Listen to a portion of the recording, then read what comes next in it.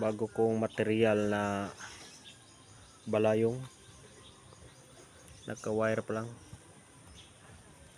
Kurma niya. Ito yung puno niya. Yan. Yan, puno. Pag ganyan. So, yan lang muna. Hindi pa napurma. Material pa lang para bonsai. So, maganda siya pag lumaki na kanyang mga branch. So, wire pa lang yan.